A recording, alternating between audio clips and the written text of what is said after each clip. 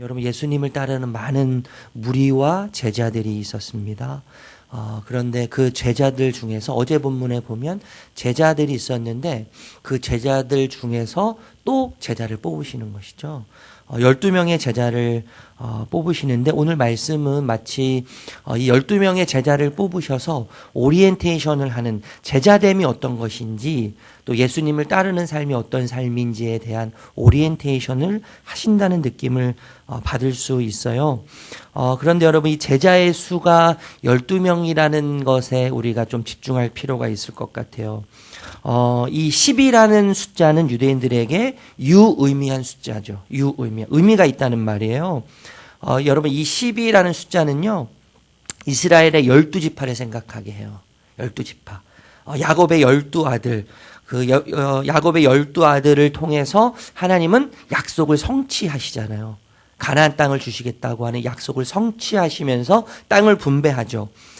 그리고 하나님 나라와 그 하나님 나라 안에서 하나님이 왕되심과 이스라엘 백성의 하나님의 백성됨의 이 언약적 관계. 근데 이 언약적 관계는요, 절대 파괴되지 않는 언약적 관계예요. 그래서 이스라엘 백성들에게 12지파, 이스라엘의 12지파는 그래서 약속의 성취와 그리고 하나님 나라 안에서의 왕과 백성의 언약적 관계를 실제적으로 보여주는 것이 이스라엘의 12지파거든요. 그런데 여러분, 이 12지파를 이제 이 아들들을 낳게 될 때, 몸종이 있었잖아요, 몸종. 네, 몸종이 있었는데 비라가 그랬죠. 실바도 그랬고요. 비라는 라헬의 몸종이었고 그리고 실바는 레아의 몸종이었어요. 몸종에서 나온 아들들도 12지파에 소속되도록 하나님께서 부르셨는데 이 하나님의 이 약속의 성취 그리고 하나님 나라와 그 안에서의 왕과 백성의 언약적 관계가 12지파의 이야기를 통해서 흘러가서 그리고 그 이야기가 이제 12제자를 통해서 더 확장된다는 것을 우리가 생각할 수 있을 것 같아요. 이 12지파에 이 몸종인 자식들도 포함됐던 것처럼 예수님의 12제자 중에는 아주 평범한 어부도 있었잖아요. 아주 평범한 어부 그리고 매국노도 있었죠. 매국노 마태. 우리 김마태 목사님 이름이 똑같아서 우리 또 뒤에 앉아 계세요. 마태라고 하는 매국노도 있었죠.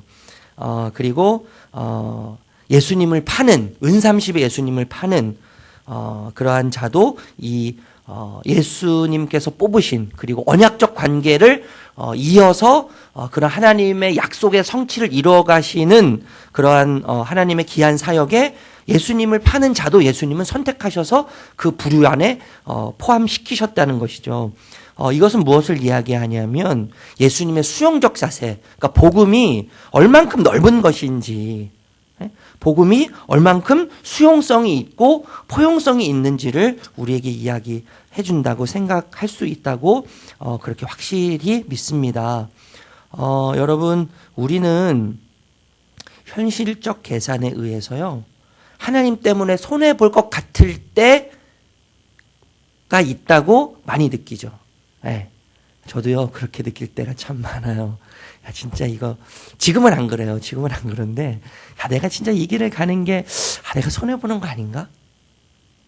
내가 이 길 말고 다른 길을 갔으면 내가 조금 더 괜찮게 살지 않을까? 지금보다? 주변에서는 저보고, 너는 영업하면 딱 어울리겠다, 이렇게. 제가 좀 이렇게 허세가 있고요. 이렇게 뻥도 잘 치거든요.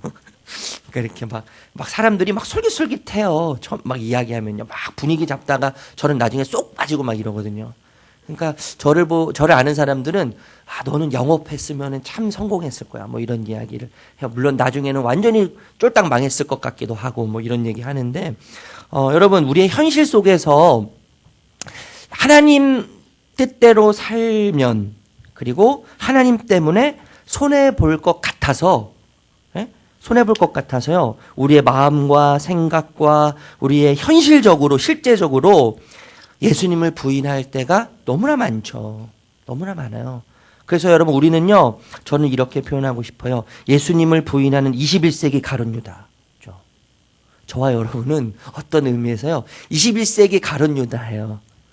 예, 생각으로 예수님을 부인하고 마음으로 예수님을 부인하고 또 때로는 현실적으로 실제적으로 예수님을 부인하는 21세기 가룟 유다가 저와 여러분이라고 생각합니다. 그런데 여러분, 복음의 확장성과 복음의 수용성이 저와 여러분을 이 자리에 서게 했죠. 이 자리에 앉게 했어요. 얼마나 위대한 은혜예요. 그래서 여러분, 우리에게 늘 우리 마음속에 머물러 있어야 될 은혜가 뭐냐 하면 타인에 대한 수용적 자세라고 생각해요. 수용적 자세. 타인에 대한 확장성 태도. 그래서 나를 받으신 예수님처럼 나도 누군가를 받을 수 있는, 누군가를 용납할 수 있는, 누군가를 수용할 수 있는 수용적 태도와 확장성 태도가 우리 안에 늘 전제되어야 한다고 생각합니다. 여러분, 예수님은 무리들과 이제 산에서 평지로 내려오셨어요. 그리고 무리에서 제자들에게 시선을 집중하세요. 시선을 집중하시는데 오늘 20절에 보면 뭐라고 표현해요? 시선을 집중하는 부분을요, 눈을 들어, 이렇게 말씀하시죠. 20절 읽어보겠습니다. 20절 시작. 예수께서 눈을 들어 제자들을 보시고 이르시되 너희 가난한 자는 복이 있나니 하나님의 나라가 너희 것이며. 여러분, 눈은 마음의 창과 같은 거잖아요. 그래서 눈을 보면 그 사람의 마음을 어느 정도 읽을 수 있어요. 눈은 마음의 창이에요. 눈은 그 사람의 마음의 상태를 어느 정도 가늠할 수 있도록 하는 창과 같아요. 그런데 예수님이 이제 많은 무리들, 예수님을 따랐던 많은 무리들 가운데 눈을 드셨어요. 굉장히 의도적이시죠. 의도적으로 눈을 드셔서 제자들을 지금 향하고 계십니다. 더 큰 관심을 갖고 집중하시는 예수님의 눈빛, 그 눈빛은 어쩌면 간절한 메시지가 담겨져 있다고 말할 수 있을 것 같아요. 어떤 메시지냐 하면 지금 눈을 들어 제자들을 바라보시는 그 눈빛, 그리고 그 눈빛으로 세상을 바라보는 예수님의 눈빛, 세상을 바라보고 제자들을 바라보는 예수님의 시선과 눈빛을 제자들이 갖기를 원하시는 예수님의 간절한 마음이 담겨져 있는 눈빛이라고 생각할 수 있을 것 같아요. 예수님의 눈빛, 예수님의 시선을 제자들도 갖기를 원하셨죠. 그 눈빛 속에 담겨져 있는 이야기가 이제 우리가 20절부터 오늘 살펴볼 이야기인데, 여러분, 우리의 삶을 결정하고 좌우하는 것은 우리의 형편과 현실이 아니라는 것을 우리는 잘 알고 있지 않습니까? 그렇죠? 우리의 형편과 현실을 어떻게 해석하고 이해하느냐, 나의 눈과 나의 시선이 우리의 삶을 결정하고 좌우하는 결정적 요인이라는 것을 우리는 너무나 잘 알고 있어요. 얼마 전에 몇 년 전이죠. 태풍이 이제 강력한 태풍이 올해도 작년에도 왔지만요. 태풍이 와가지고요. 사과나무의 80%가 떨어진 거예요. 수확하기 전에요. 20%가 남았으니까 얼마나 참 이 사과나무를 가꿨던 이 농부의 마음이 얼마나 참 좌절이 됐겠어요. 그런데 그 좌절되고 절망적인 상황에서 이 농부가 어떤 생각을 했냐면, 이렇게 태풍이 왔는데도 떨어지지 않은 거죠.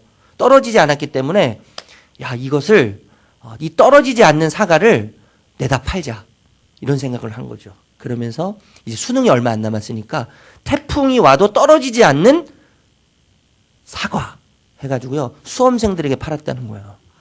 수험생들에게요. 태풍이 불어도 떨어지지 않는 사과. 80%는 다 떨어졌는데 20%는 남아있는 거예요. 그래서 시선을 바꾸니까요. 시선을 바꾸니까, 눈빛을 바꾸니까 새로운 길이 열리는 거죠. 그래서 떨어진 사과는 떨어진 대로 놔두지만 붙어있는 사과를 보면서 20%의 사과를 가지고 떨어지지 않는 사과, 이 사과를 먹으면 마치 수능 시험을 잘 봐서 대학에 떨어지지 않을 것처럼 이제 광고를 한 거죠. 그래서 대박이 났다는 거예요. 이게 재밌는 얘기죠. 우리의 일상에서 흔히 있을 수 있는 일이지만, 여러분, 정말 우리의 삶을 결정하고 좌우하는 아주 핵심적인 요소는 우리의 시선에 있는 거예요. 우리의 시선. 우리가 그것을 볼 때 어떤 시선으로 보는가. 우리가 그것을 바라볼 때 어떠한 관점으로 보는가는 굉장히 중요하고 우리의 삶의 모든 것을 좌우한다고 말씀드릴 수 있을 것 같아요. 여러분, 예수님은 실제적으로 이 세상을 바라보실 때 예수님의 시선은 사랑의 시선이셨어요. 여러분, 이 세상은요, 징벌받아야 마땅하잖아요. 저주받아야 마땅하잖아요. 그런데 그 시선을 옮기셨어요. 저주와 징벌의 시선에서 사랑의 시선으로 옮기셨어요. 그래서 이 세상을 사랑의 시선으로 바라보기로 결단하시고 결정하셔서 그 사랑의 시선의 결정체가 어디에서 일어났어요? 십자가에서 일어났죠. 십자가의 사건을 통해서 예수님의 시선이, 그 사랑의 시선이 결정체로 열매를 맺게 되었다는 것을 우리가 잊지 않았으면 좋겠습니다. 여러분, 눈을 들어 제자들에게 집중하신 예수님은 본격적으로 제자됨의 오리엔테이션을 시작하십니다. 우리 20절에서 23절 말씀 다시 한번 읽어보겠습니다. 20절에서 23절. 시작. 너희 가난한 자는 복이 있나니 하나님 나라가 너희 것이미요. 지금 줄인 자는 복이 있나니 너희가 배부를 것이미요. 지금 우는 자는 복이 있나니 너희가, 우리 22절, 23절도 읽어보겠습니다. 시작.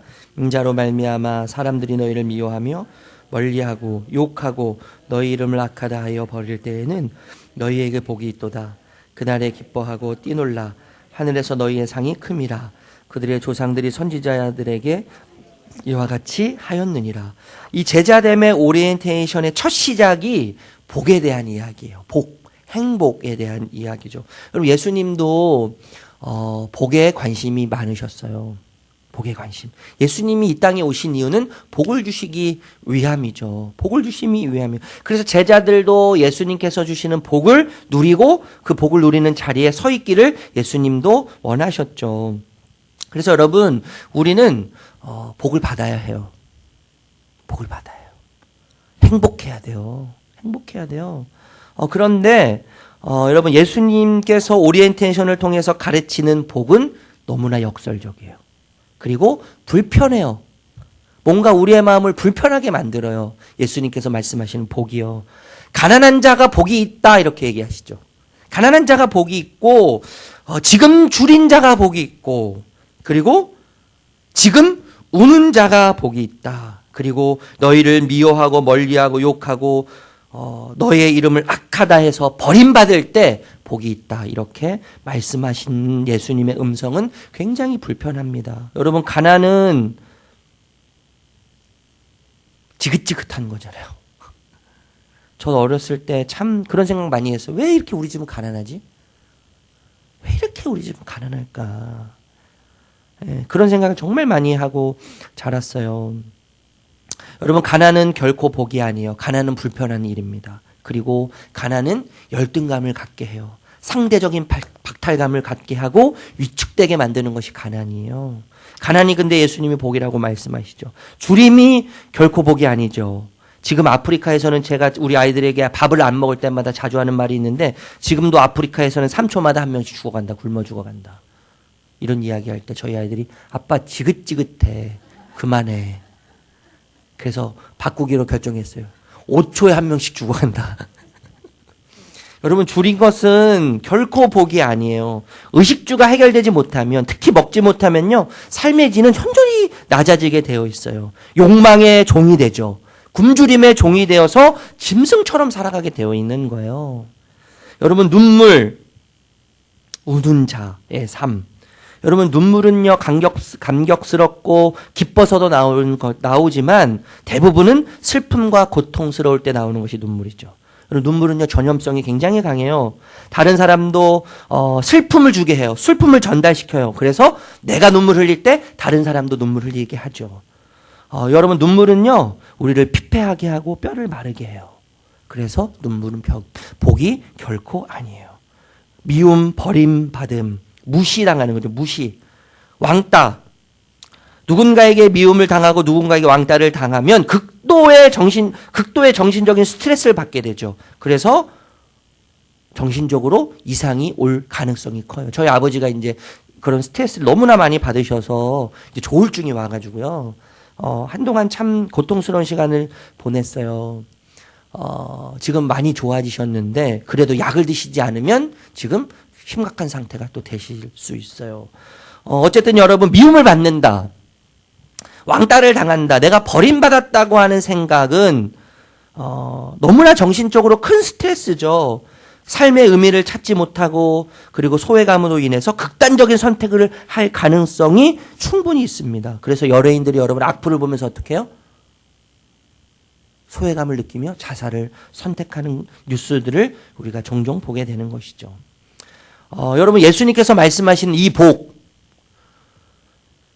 가난한 자가 복이 있다, 줄인 자가 복이 있다, 눈물을 흘리는 자가 복이 있다, 미움을 받고 버림을 받는 자가 복이 있다고 말씀하시는 이 복은 너무 불편합니다.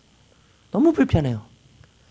너무 역설적이에요. 우리가 생각하는 복과는 너무나 다른 차원의 역설적인 복이에요. 여러분, 우리가 불편했다면 예수님께로부터 예수님의 그 음성을 직접 들은 제자들은 훨씬 더 불편했을 거라는 생각이 들어요. 그런데 다른 한편으로는 제 마음속에서 이런 생각이 들었어요. 불편하기 때문에, 역설적이기 때문에 오히려 더 진리일 가능성이 있다는 거예요. 내 생각에 맞는 복을 만약에 여러분 이런 생각을 한번 해봤어요. 만약 예수님이 세상이 주려고 하는 복을 주시기 위해 오셨다면, 예수님께서 만약에 이 땅에서 줄 수 있는, 이 땅에서 찾을 수 있는 복을 주시기 위해서 이 땅에 오셨다면 꼭 예수님이 아니어도 되죠. 여러분, 예수님이 희망일 이유가 없어요. 그러면요, 우리가 예수님 안 믿어도 되는 거예요. 예수님을 따를 이유가 없어요. 다른 것을 선택해도 예수님께서 줄 것들이 이 세상에 너무나 많기 때문에요.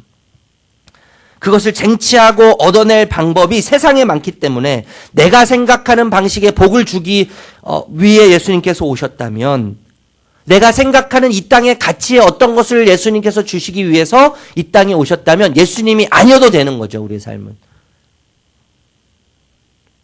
그런데 여러분, 예수님은요, 우리 자신을 우리보다 더 잘 아세요. 그리고 우리의 필요를 아세요. 자신의 목숨까지 주신 예수님은 이 세상에 속한 것이 아닌 진짜를 주시기 위해 오셨죠. 그래서 여러분, 예수님께서 오셔서 우리에게 주시는 복은 이 세상의 가치와 논리와 방식으로 설명이 되지 않아요. 만약에 이 땅의 가치와 논리와 이성으로 설명이 된다면 그것은 이 땅에 속한 복인 거죠. 예수님은 이 땅에 속한 복이 아닌 이 땅을 초월하는 복을 주시기 위해서 오셨기 때문에 이 땅의 가치와 논리와 방식으로는 설명되지 않아요. 이해되지 않아요. 안아야 돼요. 그래서 여러분, 이런 생각을 다시 하게 됩니다. 역설적이고 불편한 복을 약속하시는 예수님이야말로 진짜로 신뢰할 만한 분이구나. 진짜로 신뢰할 만한 분이구나. 그리고 그분이 말씀하시는 이 약속의 축복이 진짜 복이구나. 진짜 복이구나. 이렇게 생각할 수 있습니다. 그래서 여러분, 가난한 자, 또 줄인 자, 눈물을 흘리는 자, 미움과 버림을 받는 자가 어떤 의미인지를 우리가 더 깊이 정확하게 이해할 필요가 있습니다. 그래서 이 이해를 돕기 위해서 마태의 설명을 들을 필요가 있다고 생각해요. 마태복음 5장 3절에 제가 한번 읽어보도록 할게요. 심령이 가난한 자는 복이 있나니 천국이 그들의 것이며. 그 예수님께서 주시기 원하는 복의 상태가 어디서부터 시작되냐 하면, 가난과 배고픔과 슬픔과 버림받음의 상태는 마음의 상태에서부터 시작된다는 것을 마태가 이야기하는 거예요. 내면의 세계, 이 세상에 속한 물리적이고 소유적이고 현세적인 복이 아니라, 현세적인 상태가 아니라 내 내면의 질서와 내 내면의 세계에 담겨져 있는 인격과 존재론적인 또 성품적인 이야기라고, 그 상태의 이야기라고 지금 마태가 이야기하고 있는 거예요. 여러분, 가난한 자와 줄인 자와 눈물을 흘리는 자와 미움과 버림을 당한 자의 공통점은 뭐예요? 약한 자예요. 약한 자. 여러분, 진정한 약자는 사소한 것조차 스스로의 힘과 기술과 방법으로 아무것도 할 수 없는 자가 진짜 약자죠. 누군가의 절실한 도움의 손길이 없이는 절대 스스로 설 수 없는 자. 그것이 뭐예요? 예수님께서 말씀하시는 가난한 자예요. 줄인 자예요. 슬퍼 우는 자예요. 그리고 미움받아 버림을 당한 자예요. 자신의 실존을 철저히 깨닫고 바울의 고백처럼 나의 나된 것은 전적인 하나님의 은혜입니다. 라고 하는 고백. 하나님, 나는 아무것도 아닙니다. 나는 아무것도 할 수 없습니다. 주님이 도우시지 않으면, 주님이 없이는, 주님이 함께 계시지 않으면 나는 아무것도 아닙니다. 그런데 여러분, 신기하게도 하나님을 경험한 모든 자들이 이런 고백을 하게 되죠. 하나님을 경험하면 이 고백을 하지 않을 수가 없는 거예요. 그런데 여러분, 예수님은 이 약자의 모습으로 이 땅에 오셨어요. 약자의 모습으로 이 땅에 오셨어요. 하늘의 보좌를 가감히 버리시고 스스로 가난한 자가 되셨고 줄인 자가 되셨고 우는 자가 되셨어요. 그리고 미움받는 자가 되셨어요. 그런 자가 되셔서 가난한 자, 줄인 자, 우는 자, 미움받는 자들의 친구가 되어주셨습니다. 그리고 그런 자들에게 하나님의 나라를 약속하고 계세요. 결론적으로 그래서 여러분, 예수님을 닮아가는 자에게 예수님은 지금 하나님의 나라를 약속하는 거예요. 예수님을 닮아가는 것은 제가 시작할 때도 말씀드렸지만 나의 시선을 예수님의 시선으로 채우는 것을 말하죠. 이것이 예수님을 닮아가는 거예요. 내 내면의 세계를 예수님의 성품으로 채워서 예수님을 닮아가는 이 영광스러움. 나의 시선을 예수님을 닮고 내 내면의 세계가 성품이 인격이 예수님을 닮아갈 때 우리를 통해서 예수님께서 이루신 하나님의 나라가 현실이 되는 은혜가 있게 될 줄로 믿습니다. 여러분, 하나님의 나라는요, 현실이에요. 왜냐하면 여러분, 어제 본문에 보면 예수님이 산에서 평지로 내려오셨거든요. 산에서 평지로 내려오셨어요. 산에서 이것을 누가복음에 의하면 이 하나님의 나라를 이야기할 때 산에서 이야기하지 않으시고 예수님이 평지로 내려오셨거든요. 산에서도 이야기하실 수 있었겠지만 평지로 내려오셔서 하나님 나라를 이야기하셨다는 것은 저는 이런 생각이 들어요. 여러분, 산은 예수님께서 기도하셨던 아주 신령한 곳이잖아요. 그런데 평지는 어떤 곳이에요? 우리의 일상이 있는 곳이에요. 일상이 있는 곳인데 일상의 자리에서 하나님 나라를 이야기하고 계신다는 의미는 우리의 일상에 하나님의 나라가 임할 수 있다는 것을 예수님께서 의도적으로 말씀하실 수 있다고 생각합니다. 그래서 여러분, 하나님의 나라는 우리의 일상의 이야기라고 확신해요. 여러분, 예수님을 닮을 때 여러분, 가난한 자는 내 힘으로 아무것도 할 수 없는 자라고 말씀드렸어요. 예수님을 닮는 것도 내 힘으로 할 수 없어요. 그러나 예수님께서, 나를 찾아오신 예수님께서 나를 다듬어 가시고 나를 이끌어 가시며 예수님의 시선으로 내 시선을 채우고 내 내면의 세계를 예수님의 성품으로 채움으로 예수님을 닮아가게 하실 때 우리의 두 발이 닿는 우리의 가정이, 우리의 공동체가, 우리의 삶의 모든 삶의 현장이 하나님의 나라로 변화되는 놀라운 은혜가 있게 될 줄로 믿습니다. 그런 은혜 가운데 오늘 하루도 또 남은 일주일을 또 설 연휴를 보내는 저와 여러분들 되시기를 주님의 이름으로 축복합니다. 기도하겠습니다.